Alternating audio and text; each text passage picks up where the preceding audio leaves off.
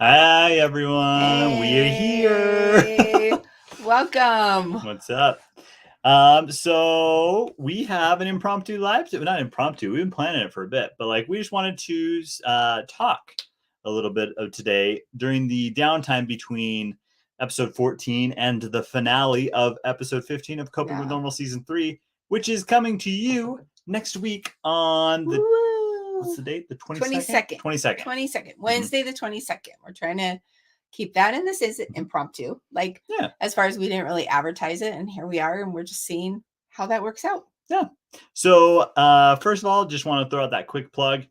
Go check out episode 15. If you haven't watched any of Coping with Normal season 3 or you're not caught up, go back, binge watch it all, and then show up live next week at 3 o'clock or 5 o'clock. What are we thinking? We don't know By yet. the We'll keep end you of updated. today, we will decide. We just want it when it's good for everybody. Yeah. We like having people chat with us while we watch. So I don't know. Yeah. Guess we'll see when We've we been get playing there. around. So last week we released at 3. Today we're doing this at 5, and normally we have released at 6. So we'll see when people hop on, and if it doesn't work at 5, we'll bump it back to 6. So if you're here and want to tell us, then you might have a really strong say today. If you're here, shout it out in the comments. What times you guys want to be seeing stuff posted, when you want it available, so we know best times to throw it up for you. Yeah. So yeah, go watch that and go watch all the other content we've got. Yeah. Okay. Which you probably have. Which you probably have if you're here right now, honestly. But if you're watching later, go watch it all. So that's what we're doing today. We thought, we have created this web series called Coping with Normal. We have a lot of other stuff on our page, but our main web series and where we started was with Coping with Normal. Absolutely. So today we are talking about how to create a web series. How to create a web series. Yay. So that's good. And I will probably handle some of the comments. Thank you for being here. And while he's talking, so I'll get going, and then I'll hop over there to see who's here. So we're so glad that you guys are joining us. Okay, so how to create a web series. How did we start? Yeah, how did we start? Tell us the story of how we started our web series and how you really could start your web series.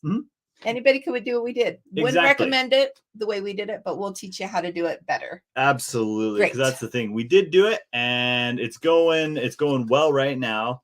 There are definitely some things that we could have changed that would have made it better. For sure. So let's give you a little bit of background first, and then we'll launch into that. And if you think of questions that you have about running a web series, how to start one, anything, throw them in the comments, let us know, and we will try to answer them during this live today. Yeah. So first and foremost, a little bit of the background. So I guess I'm kind of where it all started. I decided to transition out of college. So after I graduated college, I decided I was going to go into writing, right? Which led me to UCLA and the writing program there, the professional program there. And from there, I started listening to podcasts about writing to kind of hone my craft more and more. And what I discovered was there was this podcast. There's this specific episode where this woman was talking about starting a web series, and she said, if you have an idea, just do it. Don't wait around. Don't wait for someone to tell you to make it. Find the script you're working on right now, go look at it, and figure out how you can produce it right now. Which was a tall order, because at the time I was working on the original draft of Coping with Normal, which was absolutely ridiculous. It was so much bigger. A lot of reach. Literally, there was a scene like Evelyn. So all the characters are still essentially the same. Evelyn was actually in one of the scenes. She was, because they were supposed to be recruited by this top secret agency to handle like special threats, and every week they'd be handling a new threat from a different genre. But in this pilot episode, Evelyn was going to grab the person they were supposed to be saving from a scary monster. She grabs him, jumps out the window, and her dress parachutes, and they float down to the ground safely, because that's something that can happen in a princess world. But couldn't produce that. So step number one was figuring out, deciding A, that we're going to do this, and B, then scaling it back, figuring out what can I cut? What do I need to change so that we could film this right now? Yeah. Right. And that's kind of how like it was that initial thought. Went home, talked to my wife, and kind of we hardly even talked about the repercussions of it. We just said, okay, let's do it. Great. We did it. It was a great learning experience. So I guess the first thing I'm going to say since we're kind of talking about how to create a web series is write. Yes. That would be create, step one. Right? You have to create. You have to take an idea and you have to create it. It can be technically web series are episodic in nature. You could do a short film, which we might talk about that in a minute, but it's episodic. So you have to get your concept, your idea, and then you have to write. And then once you have a story, then you can go from there. So he had a story, right? And then we thought, okay, how can we do this? So then the second step was us trying to see if we could pull it off, kind of making the script a little smaller in concept, and then going ahead and casting.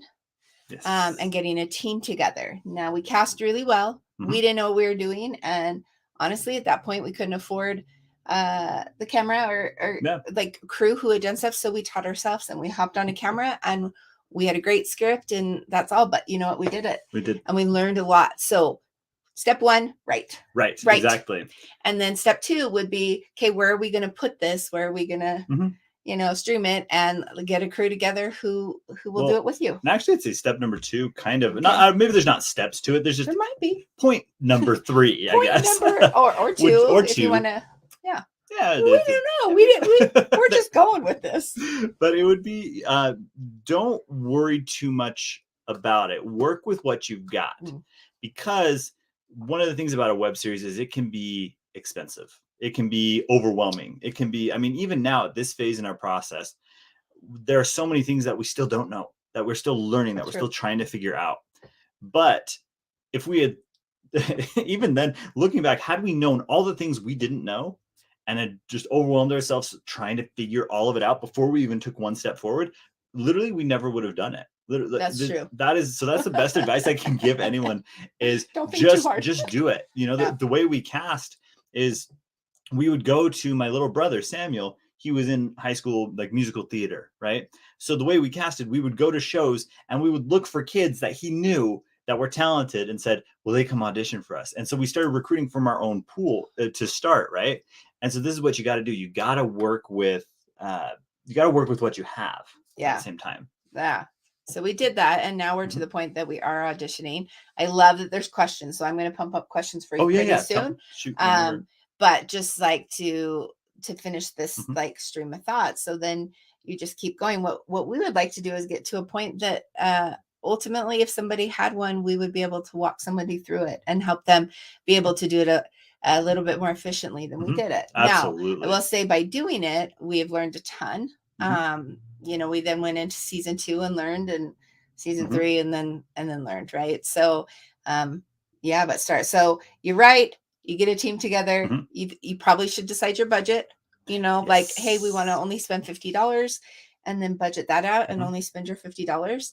And then roll and with find areas and to film. Specifically figure out, I think, where you need to learn, like in one specific area. And I'd say like number one areas, obviously, you need to be able to write because you need content, or you need to know somebody who can give you content, right? But then the second thing is knowing just 2 technical elements to start out with, like camera work and sound work. Specifically, sound work is really, really important. Or camera, like but camera as well. Like both of those, I feel like often evenly weigh. When you get further along, sound actually ends up being more important for the most part.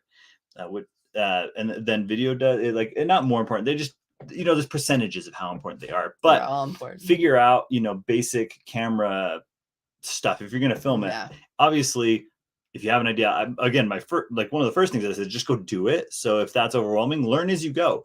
That's totally fine. Here at Cooper Home Entertainment, we believe that quantity can lead to quality.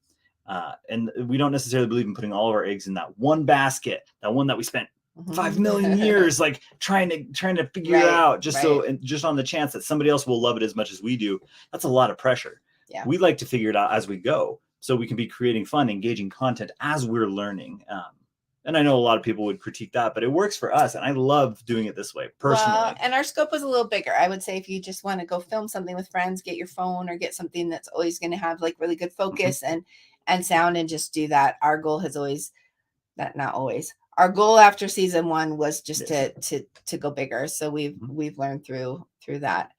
We have a lot of mermaid questions. So I want to get to mermaid because the mermaid stuff. that is going to feed into talking about a web series and maybe how we're going to do it now that we know maybe some of the steps we're going to take now instead of going through our story, because I think if you've been here, you kind of know our story. You can go watch the web series and almost see our learning process in action. So like in the description is 1, 2, and 3 seasons. You can almost see where we learned and where we were falling short and how we've grown. So that's a fun little game. Go through, watch an episode of 1, watch an episode of 2, and then watch an episode 3, and you'll see, oh, they learned that they needed sound. They learned that they learned that. You'll see us learning. It's really fun exercise, actually. It's a good template and how we edited. I will tell you one fun thing. I was telling him, and then we'll get to these questions. Just one fun thing. No more fun things. It's not really a fun thing, but we filmed it thinking really high and mighty. We filmed, there's 26 episodes in season 1, 26. And then we filmed it all and we got busy and then we had it all, but we didn't edit any of it because we hadn't like really learned that. So the only reason really and truly that season 1 got edited fully was because of COVID. We all came home and we as quickly as it did. Yeah, we'd probably be about 5 years behind. Anyways, we had just lots of time. So I think we're going to go here for the question. And then we'll go and talk a little bit about mermaids and maybe our ideas for a web series regarding that, since that's what you guys are interested in. Okay. Great. So the question, Carly asks, do you prefer making series or movies? If you made a movie, what story would you tell? That is always the best very questions. Loaded question. Not just because on the production side of things, actually. Well, and Jonathan could talk for hours. Could have talked for hours. Yeah. Okay. It also goes into like how you make web series as well, because that's the thing. When you start out, the one thing I would suggest people change than what we changed was having that objective in mind. We didn't start out with Coping with Normal season 1 planning to make an entire series. In fact, most of us were there just for the pilot. And then after that, we decided. Although you had 5 seasons in your head. I did have 5 You're seasons. not getting 5 seasons, but he did have 5 seasons. Sorry, spoiler. That's not going to happen. But anyways, he had 5 seasons in his head. Yeah. But knowing that objective. So the way I'm tying this back is like knowing that objective is going to show you how you need to proceed forward in the creation of what you're doing.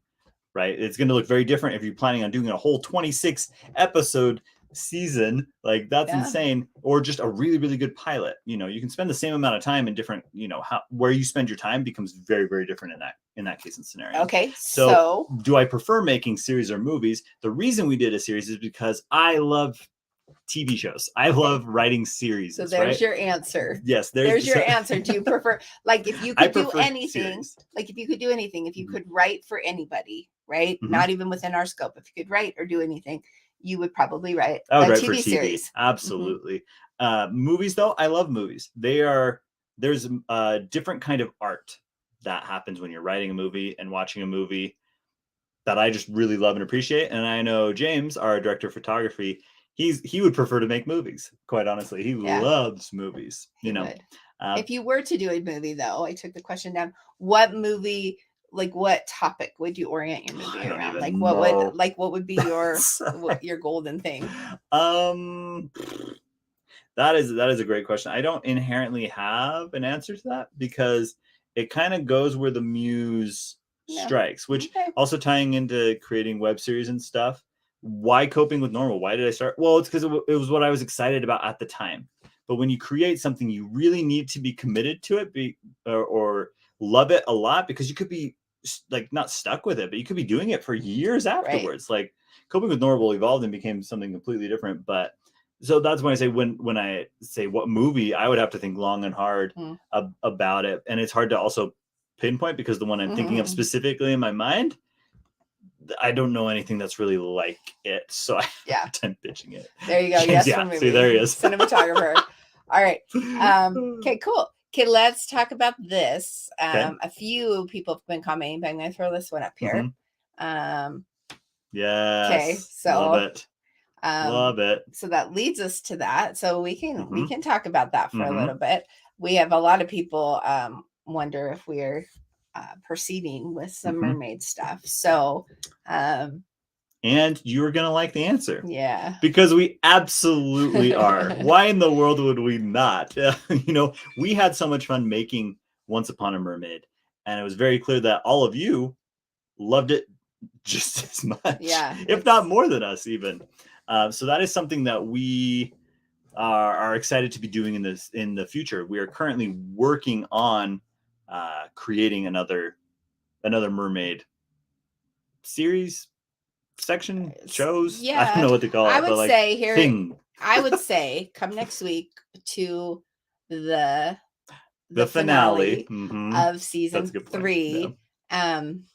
There you may get a hint. You may be pleasantly surprised at what is going to happen. So there you go. And let me word it this way too. It is going to be in your best interest, if you love Once Upon a Mermaid, make sure you are up to date on your coping with normal. That's all I'm going to say. That's all you get, That's guys. all I'm going to say. That's all you get. Tune in next week, and maybe we'll have to do another live to give you more. There will be another because live. I also understand, if you've been following us, and some of you may or may not know, is that we're doing a lot of proof of concepts right now. So there's a lot of stuff on there going on, lots of different stories. This is a whole nother thing. So you're going to want to pay attention next week, because this is something that we haven't really spoiled a lot or talked about. Or even teased. Yeah. You want the tease? Tune in next week. Tune in next week. You will be excited. Okay. So here we go. We have a few more. This was fun, you guys. Thanks. If you could write a spin-off series for a Coping with Normal character, what would it be? I mean, we've done a few spin-offs. We have done a few spin-offs. If you haven't seen those ones, there's a wizard character in season 2, Philibok. We did a little short episode on Love him. his. Do a yell out if you like it. A big thumbs up. Yeah, we love Philibok. We love Philibok, yeah. We also did it on, Evelyn and the princesses when they were kids. And Philibok kind of ties in. It's almost like a sequel to that one. Yeah. Arista's a spinoff. I mean, So if I could, we are. we're doing spin-off stuff with Arista. With Arista. That's probably the one we're following through. I don't know. Alternative characters. We try to Sherry Holmes. If you guys know Sherry Holmes, if you've been watching Coping with Normal, that's probably not going to progress, but we did think about it and have started. But honestly, if I could, that may be the character that I would follow, because I really enjoy writing Sherry Holmes, and she has so much potential within her own world to support. I feel like her story and her character have the backbone to support a whole series. Yeah. Whereas a lot of the characters actually just function in isolation. You're not going to get a full series about Katie, a spinoff series about Katie, because Katie already has her spin-off series, which is inherently Coping with Normal season 3. Right. That makes sense. Stuff like that. It's so integrated in Coping with Normal, but Sherry is detached enough that I feel like either her, possibly Dee Dee would be the other one that I think would be really her early years, because there's a lot of stuff I have in my head that is not in the show that you could do a series with. So then again, going back to that, and then we'll answer these more questions, is so if you are creating a web series, if you're on here because you're how to create a web series, that's your first thing. Get that idea and decide if you really can create a story out of it, that then you could start putting into action. So exactly, the structure. That's what he does. He's well, maybe this one. So then you take your two ideas and be okay, well, which one do I really want to put the time and energy into writing and casting and getting a crew for? And if there's not enough, and it's not enough to do a series, ask the question, should this be a short? Could this be a shorter 10-minute thing? That's what we did with, the Philibok thing, for instance. This would be really fun. Can we make a series? No. Sure. Let's make a little short from it. Let's tell this one story, and it's got plenty to do one story with. So let's run with that and see where it goes. And then decide where to put it. We've gone to and decide what your goals are with it. For our kind of a learning ground, and we're going to start building it, and we're doing some fun stuff with that, where you might, again, that will come along where you might get some custom content if you're here, and you will. So that will be really fun. But you might decide to do a little thing on Instagram or on Facebook, or so in the process of creating like a web series or a show, that's another thing just to consider is like where you're going to place it. Okay. Absolutely. So I'm just trying, that's our title. So I'm trying to like throw things in. Okay, here we go, you guys. If you had no budget. That would be dreamy. Yeah, it would. And you could spend as much as you want. What would you want to add? What would we want to add, like to Coping with Normal? I think. I think so. Oh, he knows. I would want to add so much because, and then I'll let him talk. Because his original thing would have been a very high budget.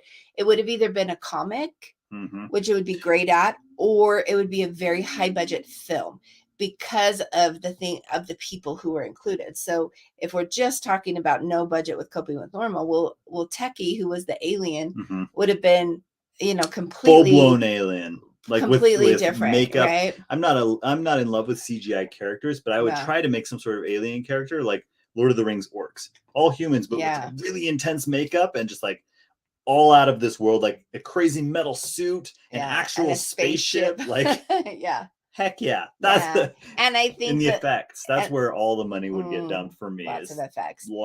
And a lot more of like flipping back to, so Coping with Normal happened because it was like people who had extraordinary things happen and then were thrown into a normal reality. Yeah. So the money, if we had had unlimited, would have gone to that, creating like, because we got to tell the story of them being here, but like you would have been able to go back and actually see Evelyn in a palace. Yeah. And like living her fairy tale world with her animals. And then you would have seen her in a high school setting, which is why I said either comic book or high budget, because that would have been a really intriguing thing. Or see Lance really growing up. I mean, we did a little short, but see him in an agency and like really doing James Bond things. That's what he did before he went to high school. He was doing Alex Wright or James Bond type missions, like really high adrenaline, jumping snowmobiles over chasms and wearing tuxes to fancy parties. Like that's what Lance was doing before Coping with Normal season 1. Right. So if we'd had no budget, I mean, you can say different, but I think we've talked about this enough. We would either spend all the money to get an illustrator and make like the most epic comic book series, which we may do someday. To do that, he would love to do that. But had we done it, that's what we would have done. We would have really, really explored those really epic backstories, because then when they're in high school, you're like, oh my gosh, yeah, this makes sense. So that's a great question. Thank you so much. Here's an insider scoop for all you who watch this live. What is the creator of Coping with Normal think that Coping with Normal should actually be? If that makes sense. What format? Comic book, web series, movie? If I could put Coping with Normal in its perfect genre, in its perfect lane, I guess, or format, I don't know, whatever you want to say there. I very strongly believe that Coping with Normal is meant to be a manga or an anime series. Hardcore believe that that is the place it would be the most well received. So it's funny that you just mentioned like comic. I just think like, for all of those who've seen anime out there, I mean, it's just great. It's over the top. It's crazy. It's epic. It's weird. It's all the things Coping with Normal is. It would be so good. Probably what it was meant to be. It's what it was meant to be. Yeah, someday.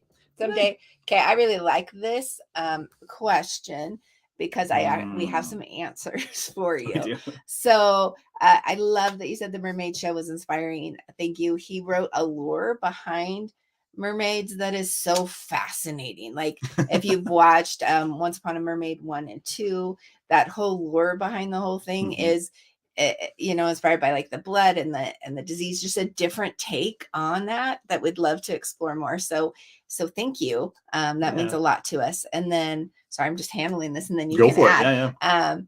The new Mermaid Show, we do have a new one, but don't get rid of Once Upon a Mermaid. Watch next week. That's going to have some fun stuff coming.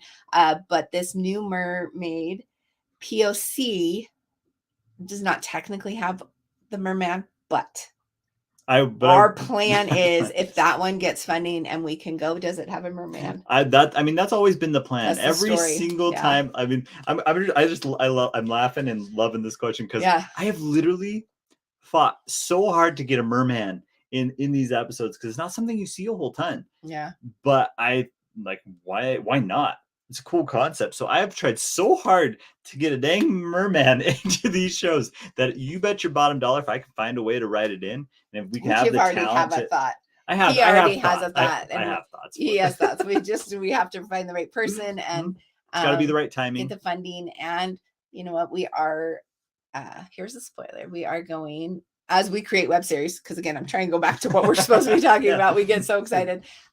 We are working on being able to do more underwater stuff with the swimming. I mean, obviously, like anything else, we have to start at the bottom, but we have some ideas and are getting some equipment. So yes, I think a merman's in your future, as long as like people keep watching, spread the news. And if you feel like that's good, I love that question, because we've talked about it a lot. Yeah. And it's meant to be in this one, and who knows, it could show up in the other one too, because there'll be 2 mermaids. Okay. All right. Yes, I love that you bring mermaid awareness. Okay. I don't know if this yes Carly. Yeah. Okay. Here we go. Okay, what's the hardest part of creating your web series? Great question. Not one that, well, I mean, maybe you'd expect it, but when we first started creating a web series, right? I feel like my first concerns were like money, right? Sure. It's going to cost so much money, and still concerning. Still concerning, and yes, that is a big concern. But actually, what I would say the hardest part is not inherently the money, but it is because you love what you do, so you're willing to sacrifice for it. But it's the man hours. Holy cow! I did not know going into this how much time you have to put into making your own web series.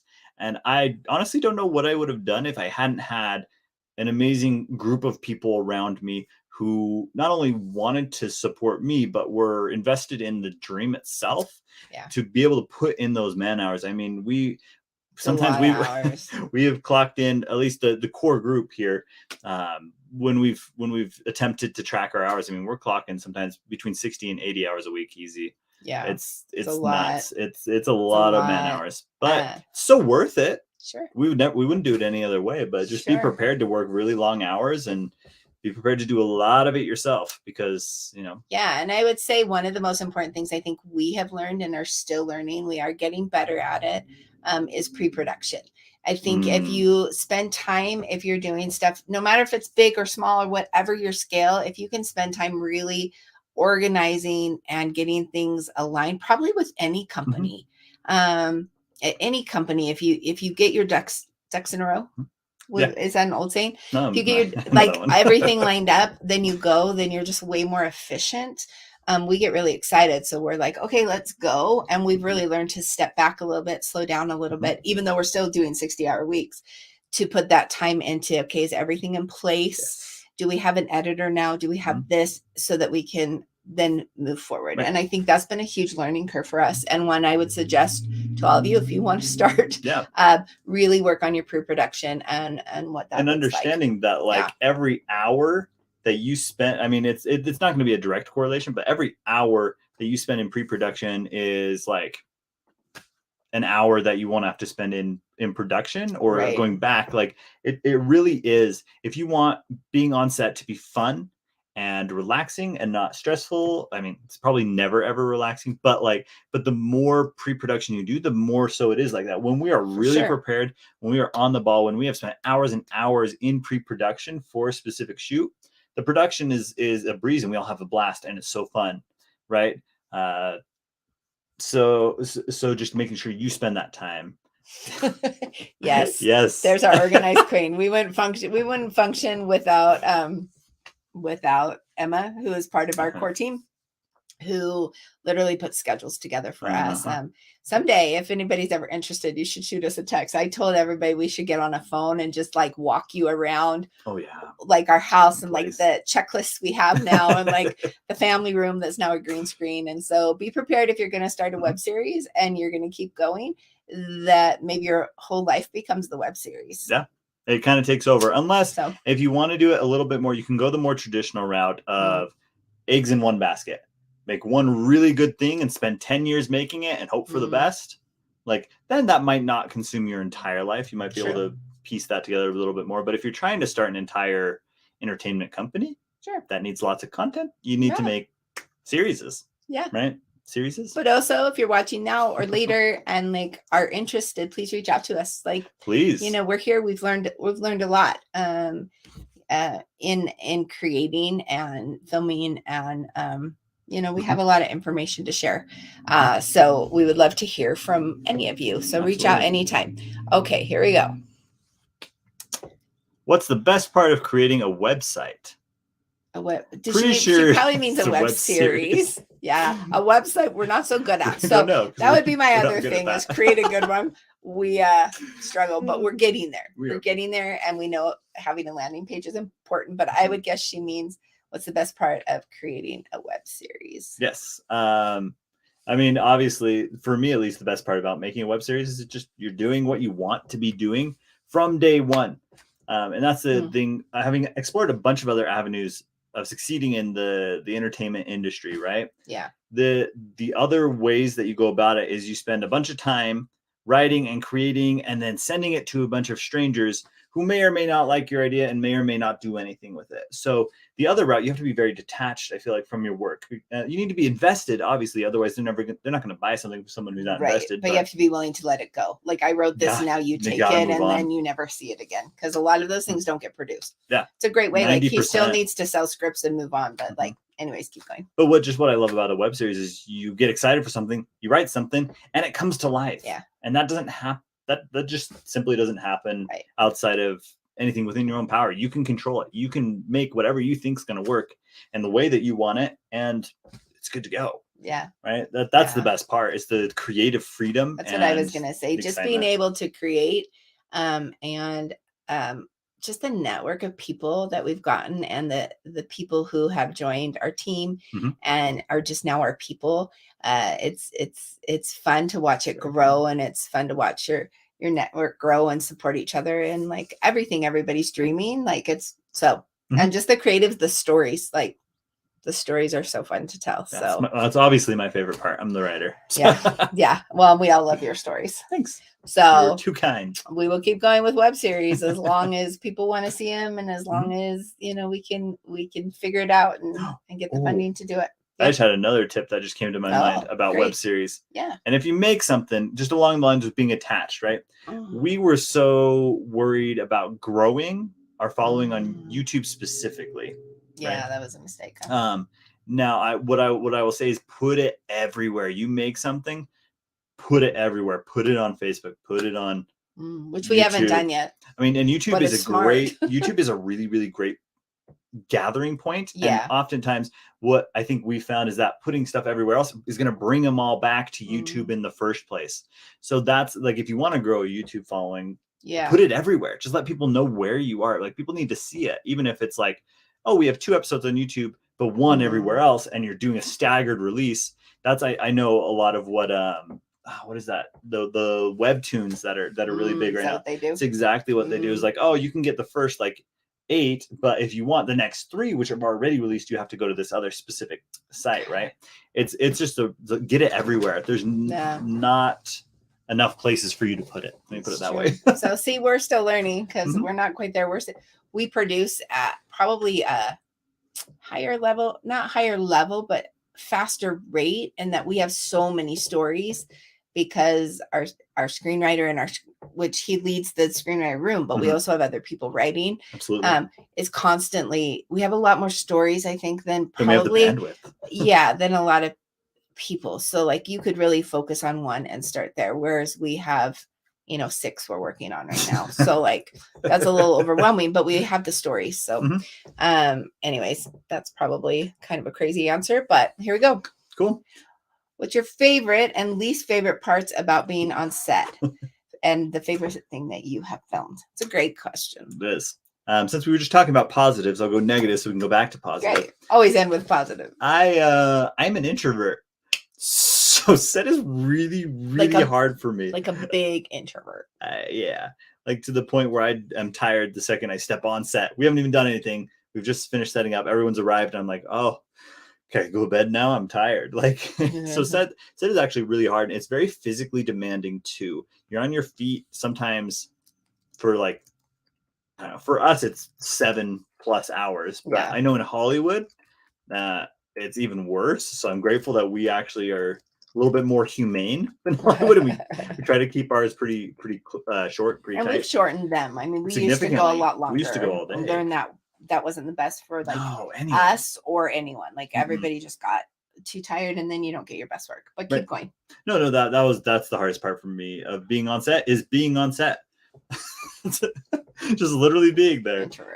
What about you? What's your least favorite part of being on set? I'm actually curious. I've never I know. I would know that was your least favorite part. And I think that like it's interesting because if you've never met him, I don't know that you would know that unless they've really talked to you, because he's so good socially. I just don't. I think that. See, this is why you come to Lives.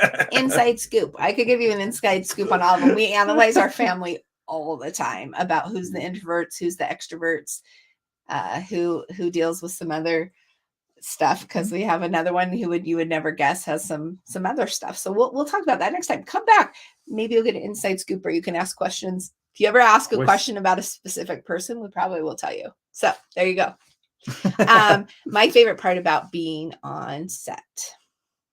I really like being on set. So you're more extroverted. I do. And like I've stepped a lot into directing, and I really love that. I love connections. I love pulling performances out of people. I've learned over that. Now that isn't always the case, because I've just kind of stepped into that as we've been able to get more people on set. Before I was running around like a crazy woman, which is not my favorite. I don't love shopping. I don't love like all the cutesy stuff. That's not really me. I raised 4 boys, so I'm not really like a cutesy decorative person by nature, right? So like that kind of stuff was kind of out of my wheelhouse. I didn't love it. Happy to do it because we needed it done. So my favorite part, if I could choose, is just connecting and pulling really brilliant things out of people, like being able to pull out things that are believable out of actors, and like watching what our cinematographer is doing and capturing that, and watching the playbacks to make sure everybody looks good and keeping everything in place. I find a lot of satisfaction from that, and just loving the people on set. Because I am a people person. So that's been really fulfilling for me in this last little bit, as I've been able to like step into that instead of being a runner and being an assistant's great. It's also how you break into anything. And I definitely paid my dues that way. Like I've done a lot of running, a lot of chasing. I still help with a lot of costumes. I still like help with everything else. So, and here's the just going on that. That's actually a really good thing. I was talking about really quickly. Is just like, it's a really Thanks for the question. It's a good attitude to have when you go into any set, whether it's on this level, your own level, or someone else's project. No one can trust you until they've worked with you. Yeah. Right. And they're not always going to put you in that position of power or trust right off the get-go. In fact, that's very I don't know anyone who would just do that. You need to pay when they talk about paying your dues, you're not just arbitrarily doing some random job just because that's just the way. You just have to pay your dues first and then get no. It's you're gaining a working relationship with that person, where on set, if you're working, occasionally there will be moments where you'll come in clutch. That's my favorite part of being on set, is the problem solving. I'm a problem solver. I love it. So he's really good at it. When something happens, I'm like, oh yeah, let's try it this way. Like, and so because I'm all intellectual, that's why I like pre and post so much. We were doing the negative and the positive. Was I supposed to say the negative? You did say the negative. The negative about being on set is I get really tired because I'm getting old. Sorry. Okay, keep going. I realized I like totally went to the positive of I love to do this. Oh, but I hated chasing. You got a 2 for you got a 2 for 1. Okay, sorry, keep going. No, that was just my thing. Is that's what paying your dues really is creating and establishing that working relationship and trust. So be willing to do anything on any level, and ultimately you'll have more opportunities to problem solve, to prove yourself, to prove that you can actually do more than you're currently doing. I mean, just talk to some of our extras. Like, we didn't immediately cast everyone as a lead in our shows. But some of these people have come back because we've seen their work ethic and they give us good stuff on film enough that we're like, okay, now we can trust you with something more. Like that happened. Yeah. That has happened frequently in the past year, more than I. And I will say that we are. What happens with us and the things we've learned are on a smaller scale, I understand, than Hollywood, but we're not trying to be Hollywood. No, but what we find is that like a lot of the principles are the same. So the same thing with anything that you're breaking in. People who have like pushed against or maybe grandize themselves, not interested. And guess what? Even in like a different world than our world, it just doesn't register really well. Nope, so you come in, you work hard, you do what's asked, and like it speaks for itself. That being said, the people who have done that are also, we asked them to audition and are insanely talented. So absolutely, we've been very, very blessed with remarkable talent. Mhm. Okay, Give me 1 second. Yep. Oh, spammers, you guys. Love them. That's good news. terrible. That's one of our first ones. Woohoo! We made it. We have spammers. Thank you for exiting from them, though, as I was like on my little rampage. Okay. Anything else? Yeah, we did. I think maybe you deleted one of the questions, but that's okay. Nope. You did it. Okay. What's the biggest? Is this one? Oh, yeah. There you go. Cool. And then we'll probably wrap it up after this one. Last question. Yeah, unless you have a unless we get more, then let us know. Stick it our way. Yeah. So possibly last question. What's the biggest gap in skill set that your crew has? This is let's see, what is it? The biggest gap? I have a couple. Manpower? Yeah. I think I feel like as far as but skill set. I would say he has learned a lot of the sound and like being on a boom and all that kind of stuff. But I would say that is a gap that we are working to correct. We have a sound guy. We have a sound guy. We're going to do some training. Well, but it's not always on set. So we are looking to do some training. I would say the other thing, and I know this is our cinematographer, so I would know he would say a gaffer. And that like we are really working to learn lighting. And these are things like if you're creating your own, you really don't have to worry about when you start. Yeah, and we are going to a different like place in which now we want and need our things to like go past where we are. So we worry about these things, but I would say that and a gaffer, from my understanding, right, is someone who does all of that stuff. Like, so just hands to move the lightings and maybe a little bit more lighting expertise, even though we're learning. No, we're learning. I mean, there's always things we can know more about, but I guess as far as like gap, like completely not having it. I mean, we don't currently have a gaffer. We function on that level, but like, there's not a ton of at this point anyway. I feel like we're slowly starting to piece together. Yeah, we have the gaps are getting smaller. Is my point. Yeah, and then it's just like someday I will have an assistant, and here you go. Reach out. I'm so nice, but man, I could give you a lot to do. We'd have a really good time, and I'd feed you really good food. All right, let's answer this one more question. Yeah, great. Any skills you want to learn that you haven't yet? Any you want to get better at? All of them. But... Oh yeah. Okay. Oh yeah. That's what we do. So the skills that I personally would like to learn is, man, I wish I could compose. I really do. It's another dream of mine. Although we do have a really insanely good our composer's phenomenal. Yeah, like, we're really blessed. There's no gap there. Yeah, but it's a skill I would like to develop. Even though I never will. It's okay. Yeah. I've accepted that fact, but I would love to develop that skill at some point. And if anybody does music again, like she's willing to help us. She's brilliant. I mean, if you listen to the composition under the series, this particularly most of season 2 and all of season 3 is original music. So really cool. So anyways, keep going. Skills you want to learn. So any that I want to get better at, I mean, I think it go across the board. I think the skills we all want to get better at, there's stuff that we love doing. So I know I can speak for James when James says, he wants to get better at filming. I want to get better at writing. Across the board, I think that's probably the ones that we want to get. For sure. And I get to study more about directing, which is great and a passion for me. I've done it in theater for 19 years. And so moving to film, the skill set's a little different, but definitely I have been directing for 19 years. And so it's fun just to move it over a little bit and like learn that instead of just on stage. So we're learning and and Emma too. We're all learning, and anybody else who wants to learn. So absolutely. Okay. So great questions as we're wrapping up. Like if you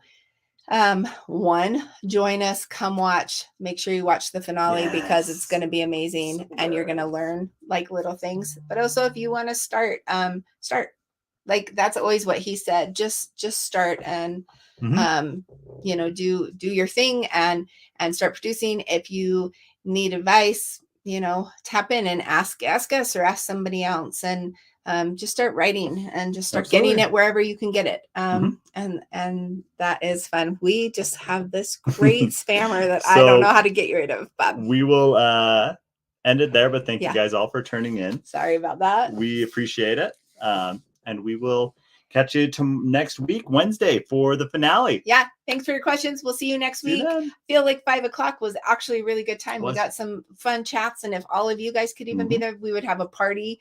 It is a little bit longer, so be excited. And you will get to know what we're up to next that we haven't spoiled a lot. So it's worth it. We love you all. We appreciate you all. And until next week, next Wednesday, we'll see you then. See you guys then. Bye-bye. Bye. Nope, you missed. I missed. Bye. I'll keep waving. I tried so hard.